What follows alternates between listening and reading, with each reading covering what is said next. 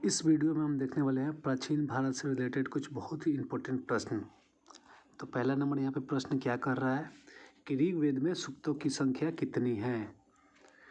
तो ऋग्वेद में सूक्तों की संख्या 1028 है। और मैं आपको बता दूं कि ऋग्वेद में इस कुछ मंडल होते हैं, तो मंडलों की संख्या 10 है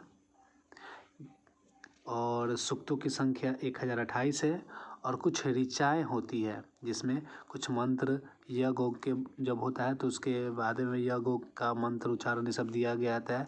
तो ऋचाएँ 10,462 है। 10,462 ऋचाएँ हैं, मंडल 10 है और सूक्तों की संख्या 1028 है। अब मंडल में एक मंडल है जो काफ़ी इम्पोर्टेंट है, जिसको बोलते हैं तीसरा मंडल। तो थर्ड मंडल है, उसमें सूर्य देवता सावित्री को समर्पित एक मंत्र है, गायत्री मंत्र। और इसको विश्वामित्र ने इसकी रचना की है, गायत्री मंत्र की। किसने की है? विश्वामित्र ने। तो ये इम्पोर्टेंट पॉइंट है, आपको याद रखना है। तो और बता दूं कि ऋग्वेद में 9वां मंडल भी कभी कभी पूछता है। तो 9th मंडल जो है ये किससे रिलेटेड है? देवता सोम से संबंधित है। क्लियर। नेक्स्ट आगे बढ़ते हैं। आगे विष्णु पुराण का संबंध किस वंश से था?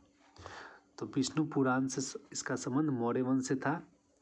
गुप्त वंश का पूछे, गुप्त वंश का संबंध कौन सा पुराण था? तो वायु पुराण था। और अगर पूछे सातवाहन वंश से संबंधित कौन सा पुराण था? तो यहाँ पे मत्स्य पुराण था। और मत्स्य पुराण जो है ये सबसे पुराना है। सबसे पुराना प्रथम कौन सा है? मत्स्य पुराण ही है। ठीक है। नेक्स्ट तीसरा नंबर प्रश्न है कि कौन सा वेद कन्याओं की जन्म की निंदा करता है? तो वेदों की संख्या कितनी है? 4 है।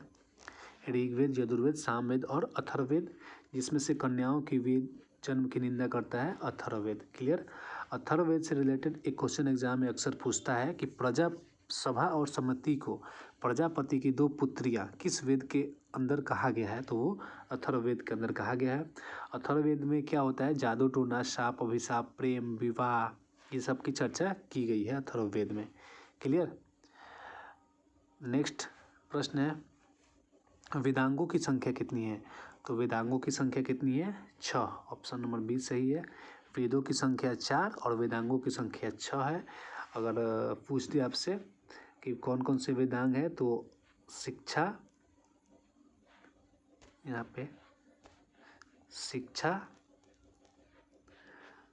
ज्योतिष,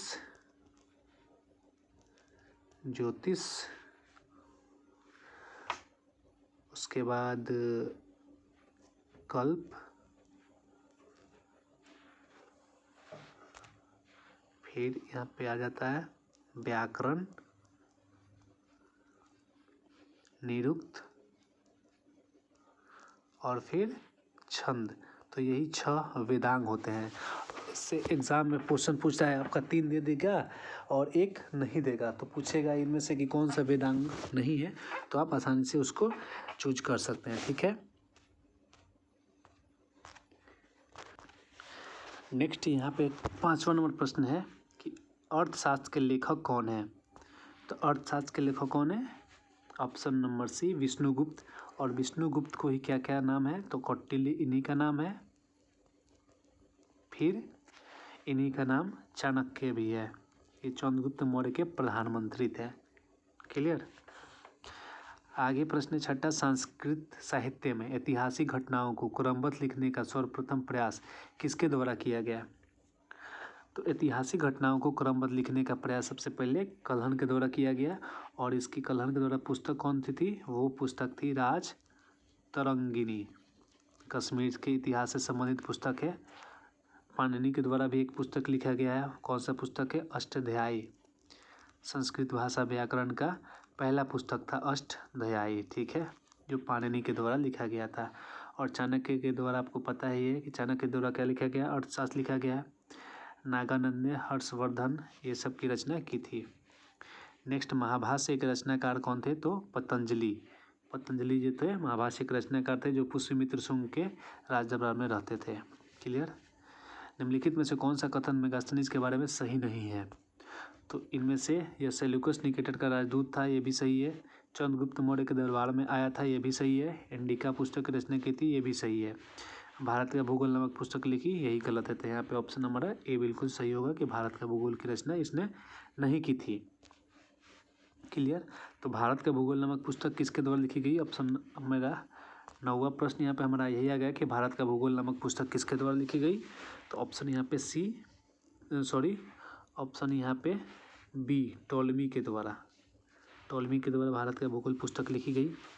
अब हेरोडोटस, तो हेरोडोटस को इतिहास का पिता बोलते हैं, इतिहास का पिता कहते हैं हेरोडोटस को। वहीं पे प्लिनी को, तो प्लिनी को क्या बोलते हैं? तो प्लिनी के द्वारा एक पुस्तक लिखी गई है नेचुरल हिस्ट्री, जो काफ़ी फेमस बुक है। तो इसके प्लिनी के द्वारा ये लिखी गई है। और टेसियस जो था एक ईरान का राजवैद्य था। कहाँ का? ईरान का राजवैद्य था। क्लियर? नेक्स्ट 10वां नंबर प्रश्न है कि चीनी लेखक फाहियान किसके दरबार में आया था? तो फाहियान जो था समुद्रगुप्त, चंद्रगुप्त प्रथम, चंद्रगुप्त द्वितीय और हर्षवर्धन। तो चंद्रगुप्त द्वितीय यहाँ पे सही होगा। फाहियान जो था चंद्रगुप्त द्वितीय के शासनकाल में आया था। नेक्स्ट क्वेश्चन है कि हेनसांग किसके दरबार में भारत आया था? तो हेनसांग भी चीन का यात्री था और ये हर्षवर्धन के दरबार में आया था। ठीक है? और यहाँ पे आया था तो नालंदा, बिहार में स्थित नालंदा विश्वविद्यालय में इसने बौद्ध धर्म की शिक्षा को ग्रहण की और 15 वर्षों तक रहा। कितने वर्षों तक? 15 वर्षों तक रहा। और इसका भारत का भ्रमण किया। तो इसका भारत में जो यात्रा वृत्तांत है, इसका भारत भ्रमण का यात्रा वृत्तांत है, उसको सीयूकी में दिखाया गया है, सीयूकी में। ठीक है? ये एग्जाम में पूछता है। नेक्स्ट है अल-बरूनी किसके साथ भारत आया था? तो अल-बरूनी जो है ये मोहम्मद गजनवी के साथ भारत आया था और इसने तहकीक-ए-हिंद पुस्तक की रचना की। नेक्स्ट है इब्न बतूता का संबंध किस सुल्तान से था? अलाउद्दीन खिलजी, गयासुद्दीन बलबन, मोहम्मद बिन तुगलक और कुतुबुद्दीन ऐबक। तो इब्न बतूता का संबंध था मोहम्मद बिन तुगलक से, ऑप्शन नंबर सी। और इब्न बतूता के द्वारा लिखी गई पुस्तक है रेहला। इब्न बतूता से खुश होकर उसकी बुद्धिमत्ता से इतना प्रसन्न हो गया था कि मोहम्मद बिन तुगलक कि उसको दिल्ली का काजी भी नियुक्त किया था। नेक्स्ट है ऐहोल अभिलेख का संबंध किस शासक से था? तो ऐहोल अभिलेख का संबंध पुलकेशिन द्वितीय से था। ठीक है? नेक्स्ट क्वेश्चन है पूर्व पाषाण युग के मानव की जीविका का मुख्य आधार क्या था? पूर्व पाषाण युग के मानव की जीविका का मुख्य आधार क्या था? शिकार था। क्लियर? नेक्स्ट क्वेश्चन है प्रथम भारतीय पूरा पाषाण कलाकृति की खोज हुई थी। तो वो कौन सा स्थान था जहाँ से प्रथम भारतीय पूरा पाषाण कलाकृति की खोज हुई? ऑप्शन नंबर सी, पल्लावरम से। नेक्स्ट है सिंधु सभ्यता की खोज किसने की थी? तो सिंधु सभ्यता की खोज किसने की थी? राय बहादुर दयाराम साहनी ने। और अखालदास बनर्जी ने मोहनजोदड़ो की खोज की थी। मोहनजोदड़ो की खोज की थी। रॉबर्ट ब्रूटफुट ने सबसे पहले भारतीय पुरातत्व की औजारों की खोज की थी, रॉबर्ट ब्रूटफुट ने। और रंगपुर की खोज की थी रंगनाथ राव ने। क्लियर? नेक्स्ट क्वेश्चन है कि स्वतंत्रता प्राप्ति के पश्चात हड़प्पा संस्कृति के सर्वाधिक स्थल किस राज्य में खोजे गए? तो ये क्वेश्चन बहुत इंपॉर्टेंट है। इसकी खोज सबसे ज़्यादा गुजरात में की गई थी। यहाँ पे ऑप्शन नंबर बी, गुजरात राज्य में की गई थी सबसे ज़्यादा हड़प्पाकालीन स्थल। नेक्स्ट है मोहनजोदड़ो से प्राप्त सील पर 3 मुख वाले देवता पशुपतिनाथ की मूर्ति में निम्न में से कौन सा एक पशु विराजमान नहीं है? तो यहाँ पे ऑप्शन नंबर सी, बाघ नहीं है। आगे है सिंधु घाटी की सभ्यता में किस नगर के दरवाजे मुख्य सड़क की ओर खुलते थे? तो यहाँ पे किस दरवाजे, मतलब दरवाजे जो थे मुख्य सड़क की ओर खुलते थे, वो एकमात्र ऐसा ही नगर था, तो वो लोथल था जिसके दरवाजे मुख्य सड़क की ओर खुलते थे। बाकी मोहनजोदारो, कालीबंगा और बनवाली ऐसे सभी जितने भी नगर थे सबके दरवाजे कहाँ खुलते थे? तो घरों के पीछे खुलते थे। क्लियर? नेक्स्ट अब यहाँ पे 20 क्वेश्चन कंप्लीट हुए। अब कुछ मैंने इंपॉर्टेंट पॉइंट्स लिए हैं सिंधु घाटी सभ्यता से, तो आइए उस पर चर्चा कर लेते हैं।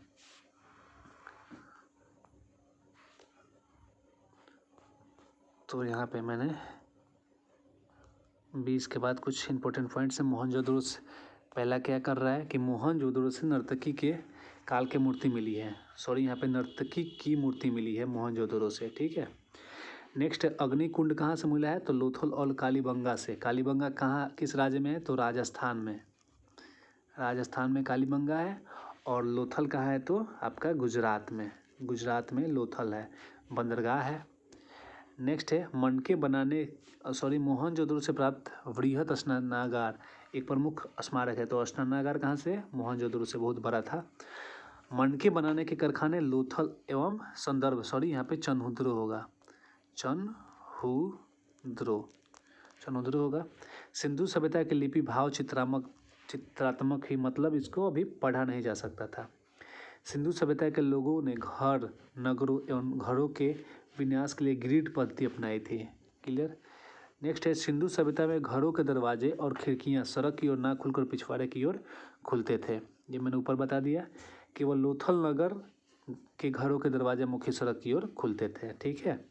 सिंधु सभ्यता में मुख्य फसल थी गेहूं और जौ थी। और नेक्स्ट है रंगपुर एवं लोथल से चावल के दाने मिले हैं, जिनसे धान की खेती होने का प्रमाण मिलता है। कहाँ से? रंगपुर एवं लोथल से। क्लियर। तौल की इकाई संभवतः 16 के अनुपात में होती थी। किस अनुपात में? 16 के अनुपात में होती थी। क्लियर। सिंधुवासी मनोरंजन के लिए मछली पकड़ना, शिकार करना, पशु पक्षियों को आपस में लड़ाना, चौपड़, पासा खेलना इत्यादि साधनों का प्रयोग करते थे। सिंधु सभ्यता में शवों को जलाने एवं गाड़ने दोनों की प्रथा थी। सिंधु सभ्यता के विनाश का संभवतः सबसे प्रभावी कारण क्या था? बाढ़ था। ठीक है। तो यहाँ पे आज का वीडियो कंप्लीट हुआ। अगर वीडियो पसंद आया होगा तो प्लीज़ लाइक करें, शेयर करें और सब्सक्राइब करें। Thank you.